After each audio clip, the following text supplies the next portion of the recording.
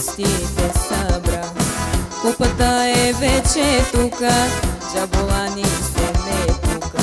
Футболисти, капитани, всички друг са Джаболани. Джаболани, Кючек. Джаболани, Джаболани, Джаболани,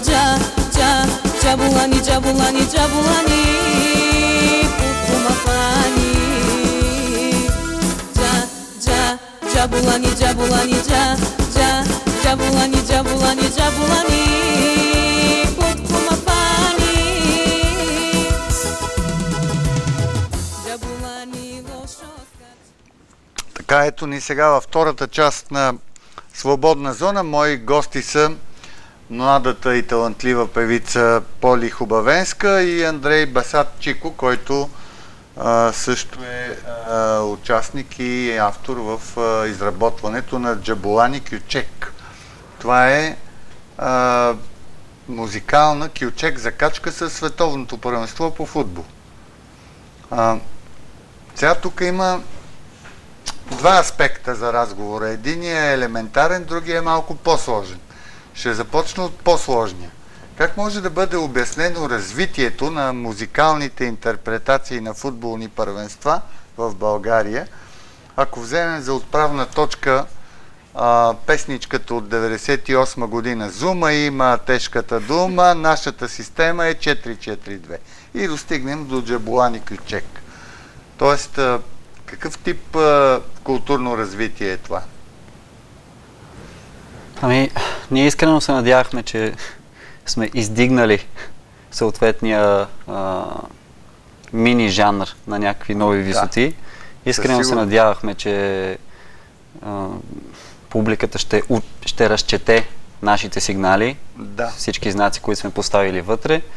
Оказа се, че успехът ни е бил частичен в това отношение. Защо частичен, бе? Не става ли хит това парче?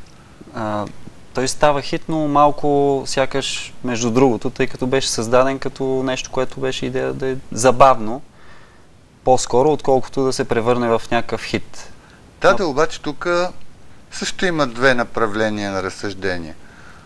Едното е творческо, другото е ситуативно. Да започнем от ситуативното. Може би пък не се е превърнал в такъв пълноценен хит, просто защото, за разлика от 1998 година, сега не участва български отбор в първенството и Джаболани Кючек просто е един южноафрикански символ, да речем. Какво мислите, Поли, по въпроса?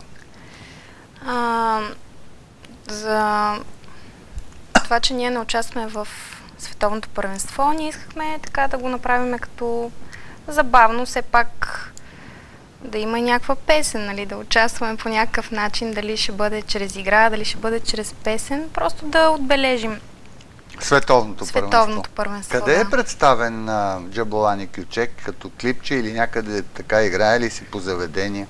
Най-вече в интернет се гледа клипа, доколкото разбрахме и в някакви нощни заведения пускат Кючека. Този Кючек? Да. Колко влизания има според вас в интернет? Ами, данните са различни. Това, което ние сме преброили, е около 70 000 гледания в YouTube или Box за 10 дни. Това много ли е? Ами, за 10 дни, за нещо, което е направено набързо, на 2 на 3, мисля, че е достатъчно добре. За последно един вестник подаде информация за около 200 000 гледания и слушания на песента. 200 000? А това не е никак малка бройка за хора, които... Публиката на Маракане през 50-та година на финала Бразилия-Уругвай. Точно 200 000 и още отгоре дори. Добре, защо Кючек? Защото това е стила, който в момента най-много се слуша поп-фолк музиката. Тук в България?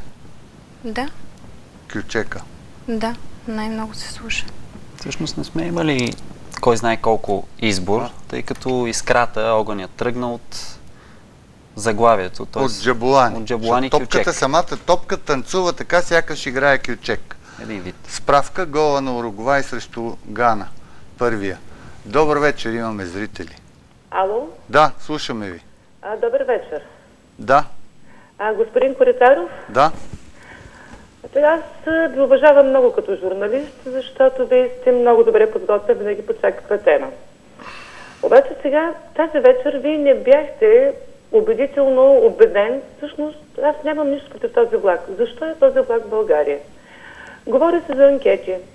Какви са тези Темата анкети? приключи, госпожо. Разбирам Ще ви, отнемаме време аз не можах да се Да, включа. разбирам.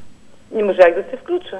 Това е влак наистина, който се опитва една турска телевизия, това е турската телевизия, така да се каже, да направи един филм с излъчвания, което е така много интересна практика, на живо от различни исторически места и столици от балкански държави, Чудесно. с хора, които са носители на така специфична култура с турски корени, с нещо, което прави връзката и преплитането на различните култури и ги превръща в една обща балканска мозайка. Спомнете си филма на Адела Пеева, чия е тази песен. Един прекрасен документален филм, който проследявайки сюжета на една песен, открива сходство в няколко типа балкански култури.